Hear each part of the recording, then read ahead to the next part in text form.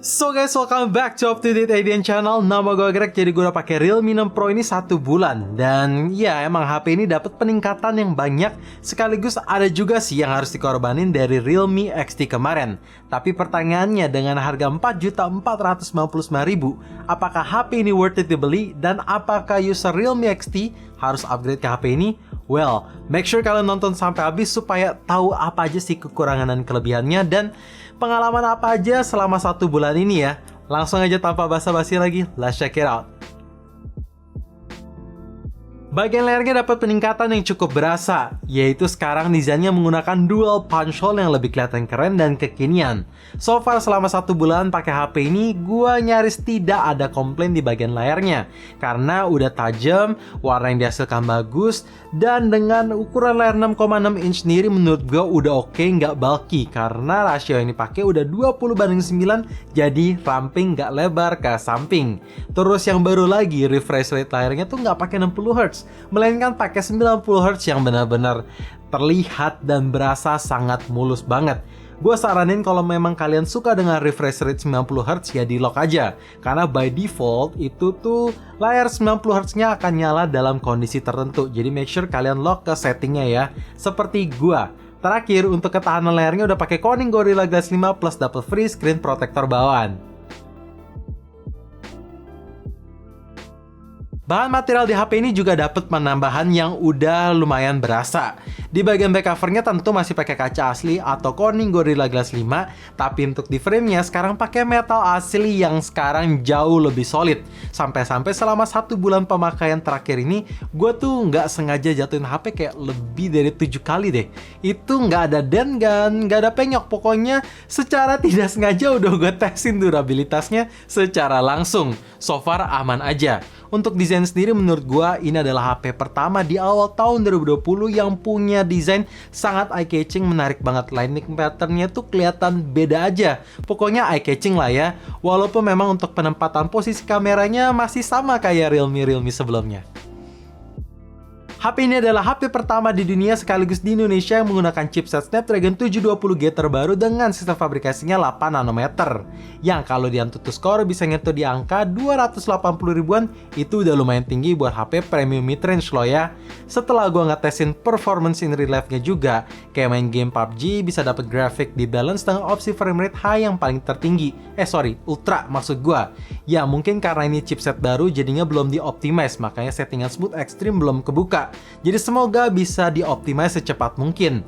Tapi so far selama gue main di HP ini, konsistensi FPS bagus, frame drop yang signifikan gak berasa, multitouch isu aman, delay touch dia ada, dan gyroscope-nya itu tidak ada delay-nya. Itu mantap. Dan kalau kalian tanya apakah HP ini bisa run Fortnite, jawabannya bisa kok. Dapat settingan medium yang udah oke, tapi karena gua nggak jago, jadinya ya udah Fortnite yang penting bisa run ya.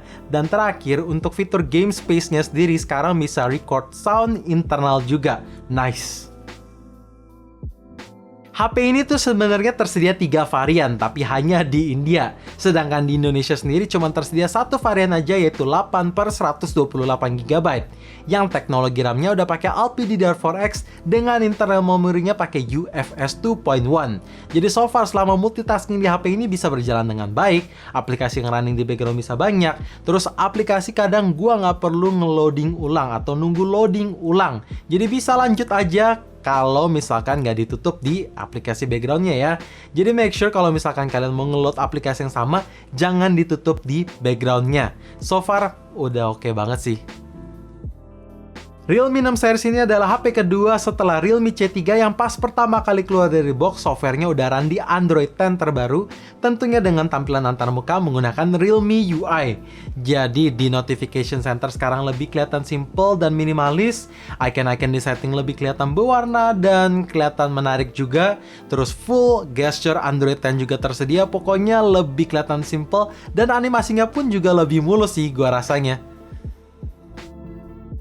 HP ini tentunya masih membawa setup quad kamera untuk di bagian belakangnya. Dengan setupnya menggunakan resolusi 64 megapiksel sensor Samsung GW1 ISOCELL, terus 12 megapiksel telephoto lens, 8 megapiksel ultrawide angle, dan terakhir 2 megapiksel depth sensor.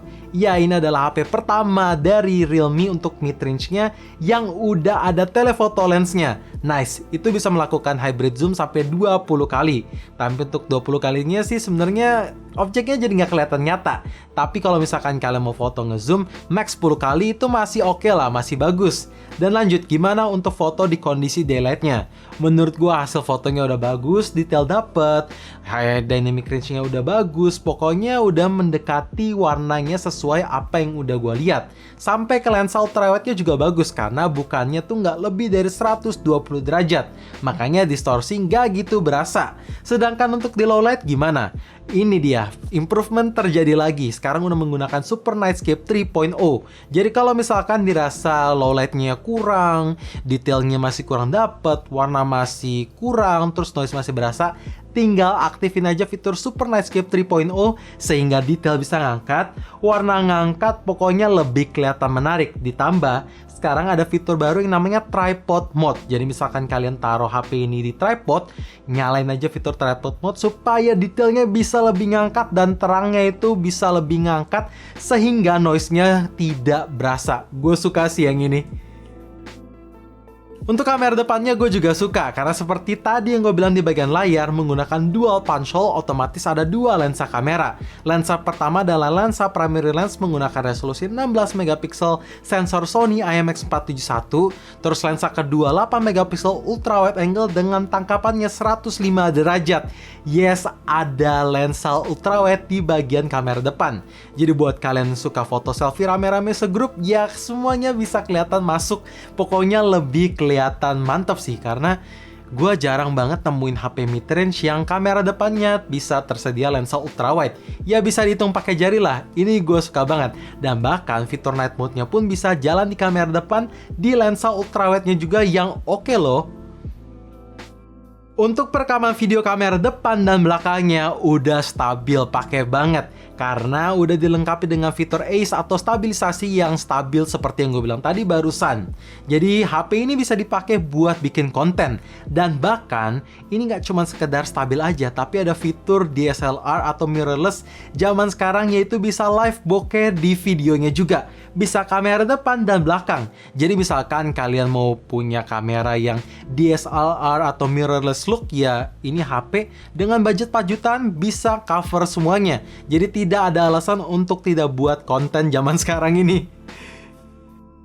Kapasitas baterai 4300 mAh di HP ini menurut gue juga udah cukup. Karena pemakaian sehari-hari gue selama 1 bulan ini dengan refresh rate-nya di 90Hz lock, itu bisa dapat sekitar 5-8 jam tergantung pemakaian. Kalau misalkan gue pakai intens 5 jam udah oke lah. Tapi kalau misalkan dipakai cukup santai, 8 jam itu bisa dapat standby-nya sampai 1 harian lebih. Intinya nggak usah sering-sering nge-charge sih. Nah, ketika kalian perlu nge-charge, ini nih yang di-upgrade lagi. Yaitu sekarang udah menggunakan Full Flash Charge 4.0 dengan max output-nya sampai 30 watt. Iya, ini 30 watt. Gua jarang banget, so far baru kayaknya HP ini sih pas video ini dibuat yang bisa mengadopsi teknologi 30 watt di HP mid-range dengan harga segini.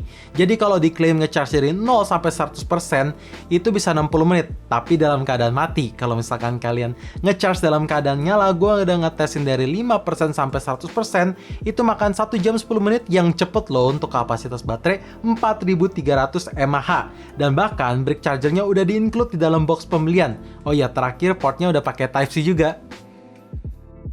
Untuk fingerprintnya rada disayangkan di downgrade jadi menggunakan fingerprint konvensional lagi. Tapi sekarang posisinya itu udah nyatu sama power button yang jauh lebih convenient dan lebih enak aja unlocknya. Ditambah performa unlocknya pun juga cepet banget plus akurat. Terus yang gue suka untuk unlocknya pun gak usah ditekan, tinggal tap aja langsung ke unlock. Oh ya, untuk fitur face recognition-nya juga cepet banget. Sampai-sampai kadang gua nggak perlu nunggu loading, tiba-tiba udah masuk aja gitu. Terus animasi face recognition-nya gue juga suka sih. Ini sentuhan kecil yang bagus. Seperti yang gue bilang di video Realme 5 Pro kemarin soal speaker, setiap Realme series yang ada angka dengan tagline Pro-nya, mereka tuh selalu upgrade sampai-sampai tuh kayak gak ada puasnya. Tapi itu satu sisi bagus, karena sekarang bassnya makin berasa. Suaranya lumayan lebih kencang sedikit, dan overall suaranya tuh balance, jadi kayak bagus lah improvementnya. Dan kalau misalkan kalian mau colokin earphone ataupun headset kabel kalian, masih bisa kok, karena masih ada jack 3.5-nya. Oh ya, berikut ini dia suara live testnya di 100%, langsung gua play.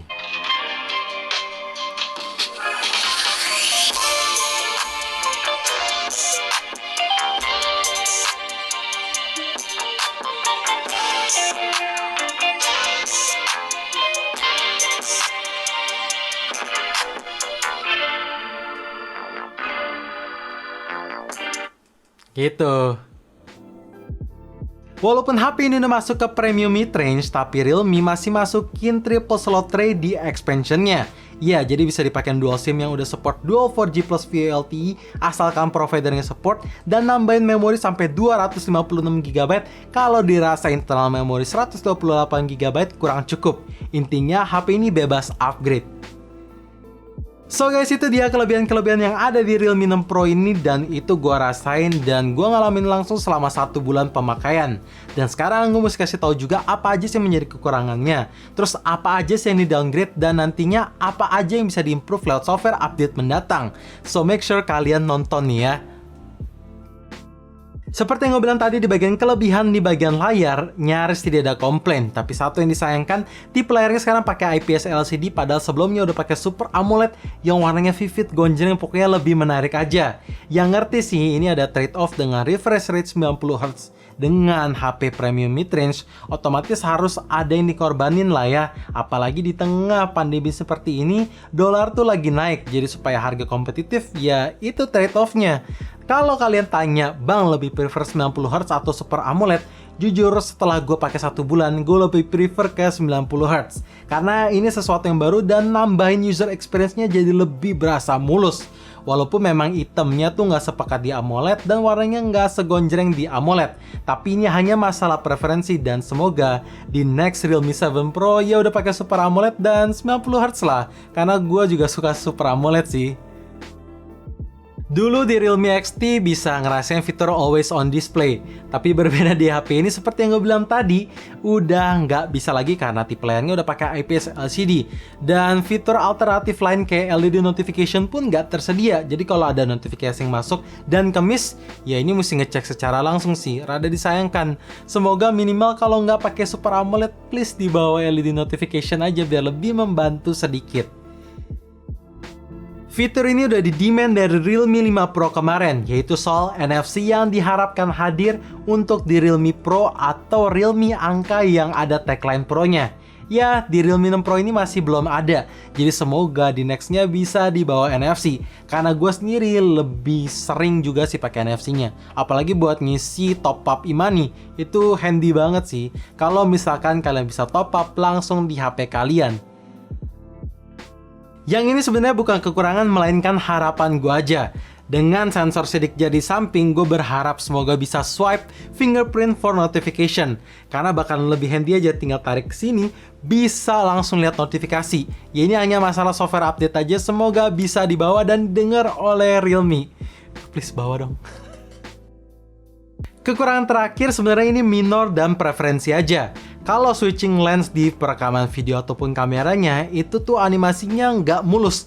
Nggak semulus di Realme 6. Ya spoiler, video Realme 6 reviewnya akan tayang bulan ini. Jadi semoga bisa diperbaiki untuk switching lens di Realme 6 Pro ini. Karena masalah software update aja sih. So guys, itu dia review Realme 6 Pro selama 1 bulan pemakaian. Jadi dengan harga 4.499.000, apakah HP ini worth it dibeli? Well, pertama-tama gue mesti mengapresiasi Realme Indonesia. Karena di tengah-tengah dolar yang lagi naik, mereka bisa taruh harga yang sama pas pertama kali Realme XT launch dengan varian 8/128GB. Jadi amazing gue. Dan balik lagi ke pertanyaan awal, apakah HP ini worth it dibeli? Jawabannya worth it. Tapi kalau kalian Realme XT user yang nanya apakah harus upgrade ke HP ini, menurut gue tahan aja dulu. Kecuali kalian kelebihan duit dan mau cobain refresh rate 90Hz, teknologi teknologi fast charging atau VOOC Flash Charge 4.0 30 wattnya, ya silakan aja sih beli karena itu duit kalian.